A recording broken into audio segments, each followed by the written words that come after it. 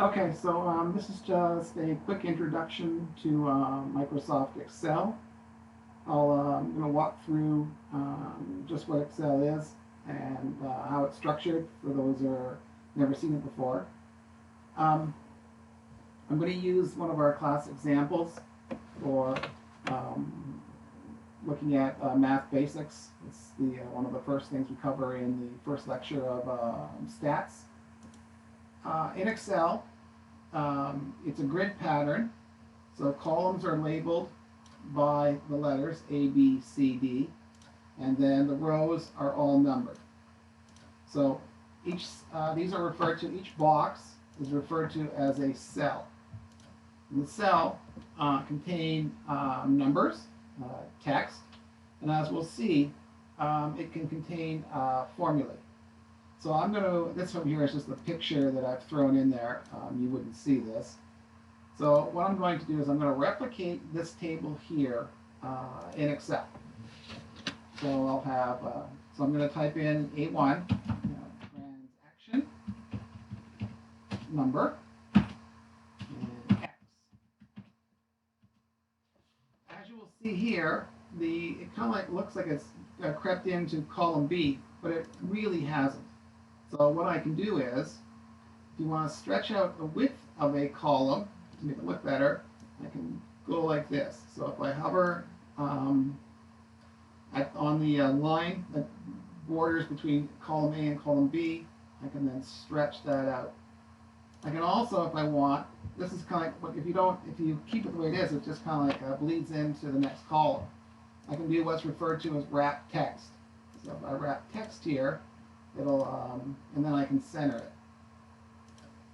Right, so I can do my format. Wrap text means that the text will wrap and stay within the boundaries of that cell instead of extending out over. So then I have the next column, items purchased. And that one I will extend out and make wider. Then cost. US dollars, and that's US dollars, and that is a variable Y. Once again, it looks like it's in the column D, but it's not. So once again, I can wrap text, and I can center it. If I want to, sometimes I can just add spaces in here.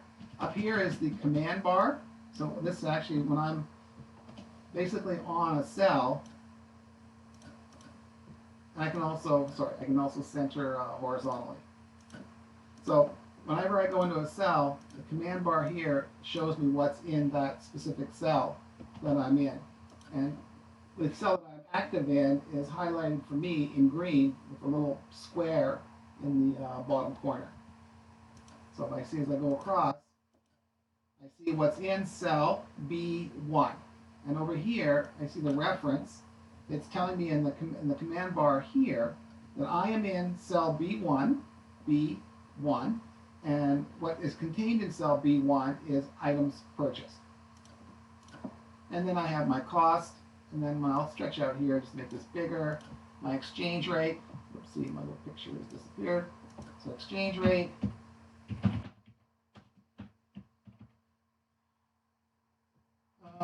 That's Canadian dollars. Which is US dollars. So basically, how much does it cost? How much in Canadian dollar? What is the conversion between a US dollar and a Canadian dollar?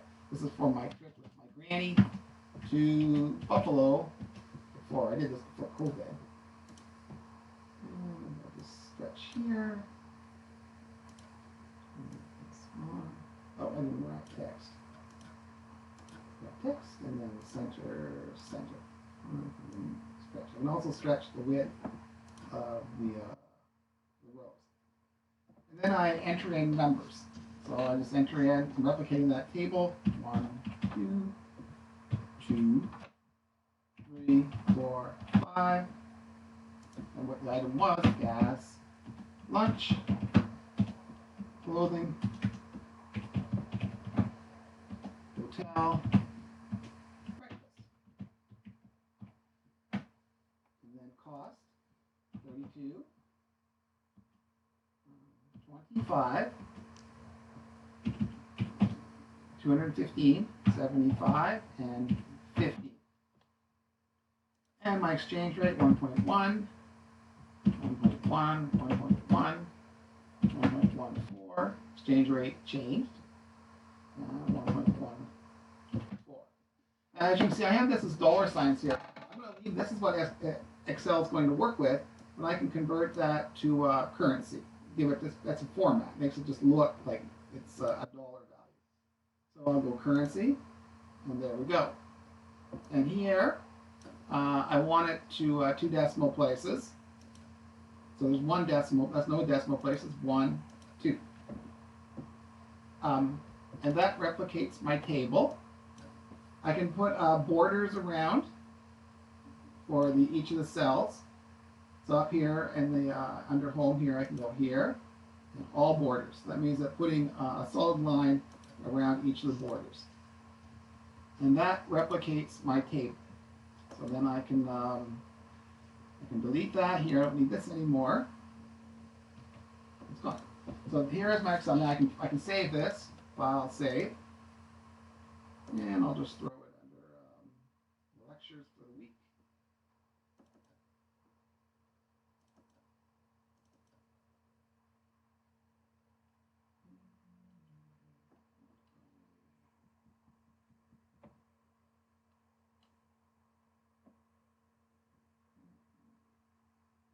For me, it's week 1. Math, exchange, equal to name.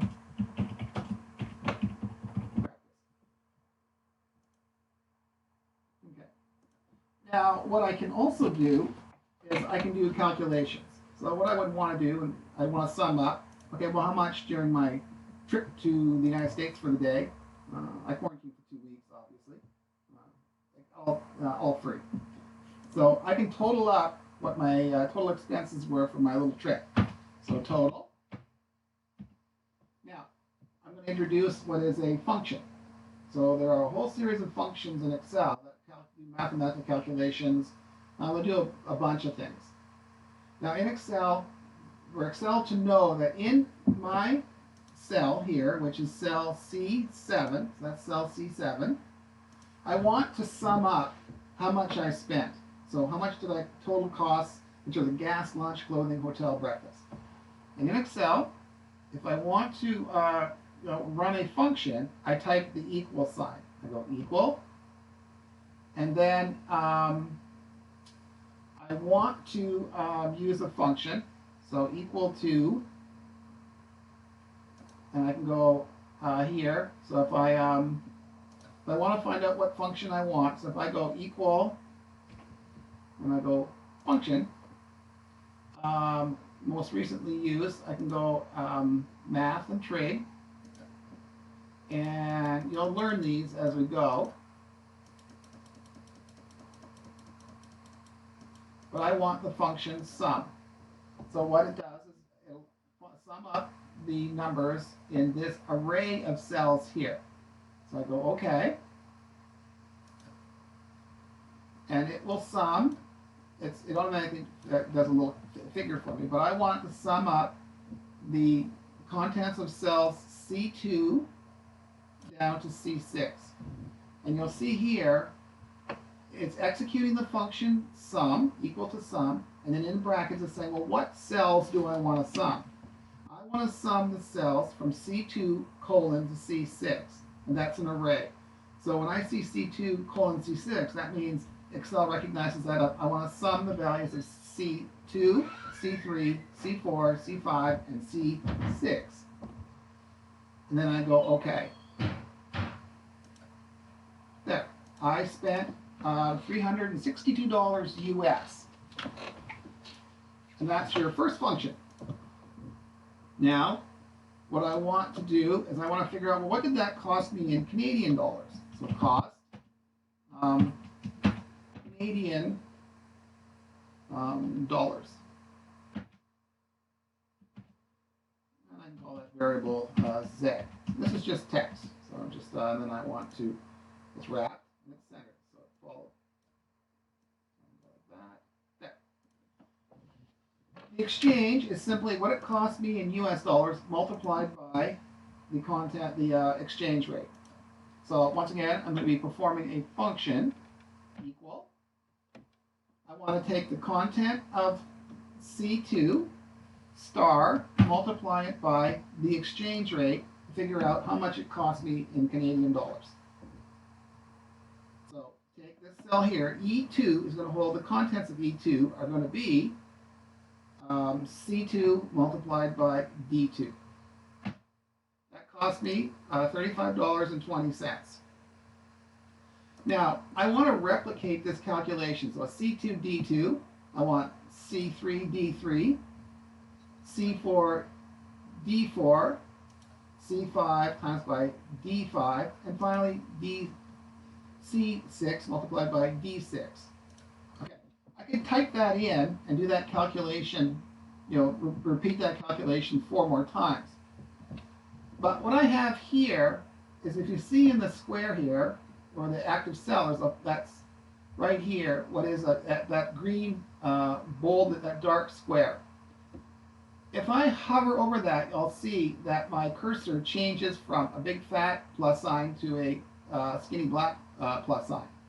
What that tells me is when I hover over there, if I hold and I press and hold the left mouse button to drag, so press the left mouse button, hold it, and drag, what Excel will do is it'll replicate that formula for C3, D4, C3, D3, C4, D4, C5, D5, C6, D6. And that will tell me how much I spent. So if I want to see what I just did, if I can now say, okay, look, here's what I got. This is a little trick I'll show you later. D2, C2, D2, C3, D3. This is what Excel has done in the background. It does this calculation, and on the screen in front of you shows you the results. But this is actually mechanically what Excel has done in the background in terms of a calculation using a function. Here it's just simply arithmetic functions. And there's my result. And what do I want to do? I want to total that. So I go total. And then sum it equal to, and I can just, if I remember the function, I got it right here, just and it actually, sometimes it'll just do it very quickly for you. Excel really, well, I don't want to sum. So let's go cancel out. Equal to sum, I can just type it. Grab and drag, right? So I click on, so let's go back. I click on and cell E2, click and hold. So click with the left button and hold, and then drag down. So once again, click with the left mouse button, but when you click, hold down the mouse button when you do it all in one step. So just go press and hold the left mouse button and then drag, and boom. That's how much. Now I want to put a border around that, and I've done some basic Excel. We will walk through this in class tomorrow. I don't have to center. Maybe we can left justify. And you can fiddle with it. And then format it. You can bold it. There. So I spent $401 in Canadian. It cost me $362 Canadian, and when I converted American, that's what I spent in US dollars. In Canadian dollars, the exchange rate was applied. It cost me $401. And then I can do a simple save.